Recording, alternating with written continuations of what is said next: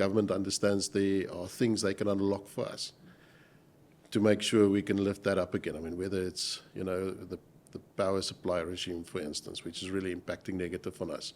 Government's got a big role to play in the deregulation there of that industry, as an example.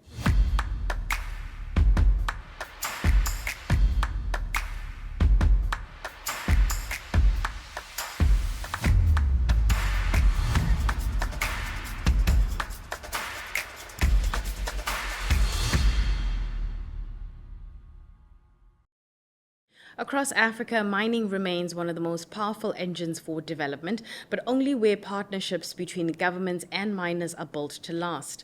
The real challenge is moving beyond compliance and confrontation towards partnership that can withstand commodity cycles, deliver shared infrastructure, and leave lasting value long after a mine closes. Today, we explore what durable mining government partnerships actually look like in practice, and for that conversation, we're joined by Werner Duvenage. Werner, thank you so much for your time. We often talk about these relationships between miners and the government being essential, but sometimes they can be fragile. From your perspective, do you think that relationship is more under pressure in this time versus other times in the past? Well, if I look at it from our own experience at the moment at Richards Bay Minerals, we are now 50 years in operation. And it's clear that for the purpose of being in business for such a long time, you really need to be having long-term view on partnerships. Not only, we're talking about government here, but it's not just government, it's also your communities, it's your clients, it's your suppliers, and other stakeholders. I think what we are seeing currently is that there's a convergence of more people believing that long-term relationships are there to be used to make mining sustainable. And I have got a few anecdotal examples with government, where specifically government has come along, taken hands with us and said, how can we help you go to the future? And one of them is that we have got an expansion project called Zulti South. That project is currently in its approval processes, and hopefully that will be approved pretty soon through the Rio Tinto processes. And one of the ways we've been able to unlock this project was in the way that we partnered with government over the last 5 years or so. Okay. When partnerships fail, what is generally the root cause? Is it policy design? Is it trust issues? Is it execution capacity? What is it? Yeah, I think policy is important from the perspective that it should be, consistent. So I think as long as policy is consistent, then we need to just make sure there's no personal objectives and personal interest that comes to play. So we, from our side anyway, we're trying to make sure that we find common objectives and that we then have everybody aligned and focusing on that. And then, then we find solutions more and more. When it comes to mining regulator relationship, what does it take to move from the regulator compliance type of relationship to a relationship where it can be really true partnership? That's actually a very good example you're using there, because in recent years, that is one we've explored quite extensively, because we found with the government that the regulator were not helpful. And we're actually using tools to, there's many stakeholders. But what we found is that we started working with the government on more regular updates. So you don't just go and meet government when you have your problems or when you've got issues that you want to resolve. It's more taking them on board, trust them with joining you on your journey, telling them about the good and the bad, and how they can make a difference to you, and how it's helping them as well. And that has really been, it's one of our key success factors over the past 5 years, I would say, is this changed relationship with the regulator. When it comes to that relationship, which aspects are improving or where you are happy and your counterparts would agree, and where we still need a little bit more work across the table from each other?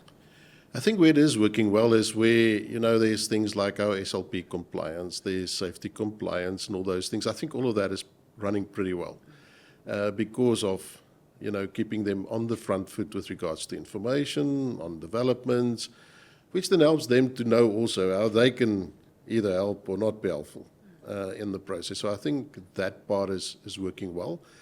I think we are in a process now where we see there's a new MPDRA that's currently under review, and although they've been very open to views from the industry, we should be careful not to start creating a view to the outside world that there's instability around policy. I would say that, I'm not saying it is the case, but that we should be wary of that.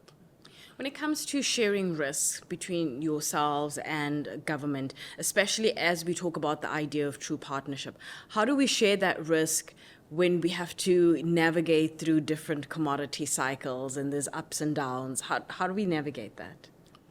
Yeah, no, that one is not so easy, and I see it now. I mean, our industry is going through quite a long dip now, and of course, government really likes us to pay our taxes, but there's been a huge impact on the taxes that we are able to pay at the moment, although it's still there. And then to make sure that government understands there are things they can unlock for us to make sure we can lift that up again. I mean, whether it's, the power supply regime, for instance, which is really impacting negative on us. Government's got a big role to play in the deregulation there of that industry, as an example. If we have to think about forums or structures that you've seen genuinely work when it comes to that government mining company relationship or partnership, what have you seen from the past or in practice or perhaps in other regions that's worth noting? Yeah, I mean, like I say, right now it is working well. So I will use the current one as an example, where the regulator really is willing to sit down with us and to hear what it is that our dreams and aspirations, I mean, it's clear they will share theirs with us as well. They want to see a growing mining industry. They want to see the GDP growth on that. They want to see beneficiation. Yeah. So let's have those conversations and then understand what is not helping us, for instance, on the beneficiation side. Because in our business, we're actually doing quite a bit of beneficiation. But as I mentioned earlier, power, for instance, now is really inhibiting our ability to meet government's expectations and dreams with regards to that. Is that the dreams and expectations on your side? What else do you have there besides the power aspect? For me, it's really about the power aspect because, I mean, the regulator is really, like I say, supportive at the moment. So if we can just think about how we can really make sure that we remain competitively active in the market internationally. We are not competing because sometimes I find we get examples of, the power price in North America is this or is in England, it's that, but that's not who we're competing with. We're competing with producers in China and other countries, in Canada, and that's who we need to be comparing ourselves with if we really want to be competitive. We've had many conversations here on MITV, and a lot of people talk about long-term value. It's discussed, but some will say we haven't defined what it really is amongst ourselves with a definition that we all can agree with because we're all looking at it from different perspectives.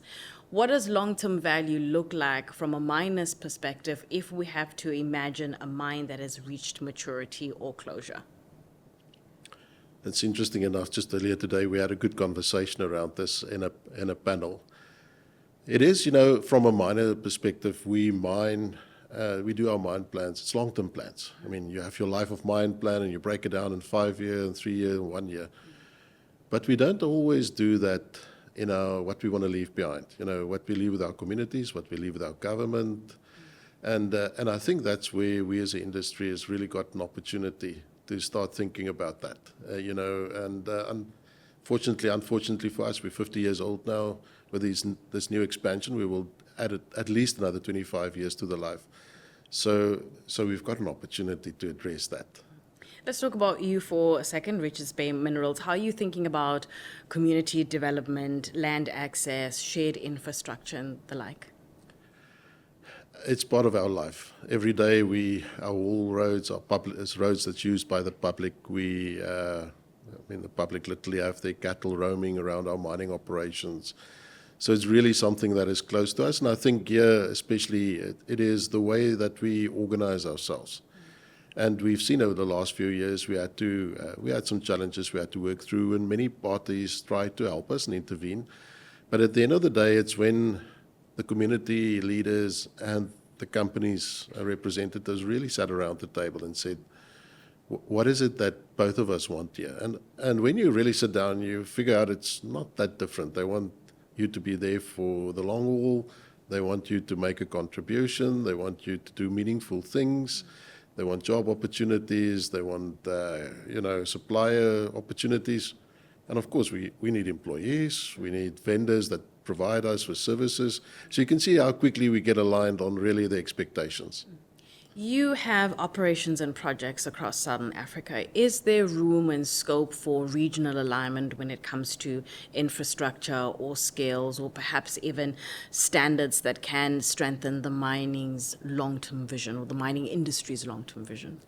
Yeah, I do think so. I think, we talk a lot about the regional and even continental alignment, but then quickly the conversation goes to our country and how do we keep all the benefits in our country. And going to my point of earlier, we are competing internationally. So we need to make sure the products we get out of our region, say at least, needs to be competitive with what comes out of any other region. So by taking this sort of one country view is not helpful. But when we align, especially on infrastructure and regulation, I would say as well, so that we can allow other countries to bring their products through our country or, things like that. So definitely, I think it will make the region more competitive internationally. In a year or two from now, if you and I had to sit across from each other again, what would you be paying attention to that gives you confidence to believe that the mining government relationship, those partnerships are improving? What would be the first signal that would put a smile on your face? Well, new projects. More companies putting new projects on the ground. It means they've got confidence to invest capital. They are not scared.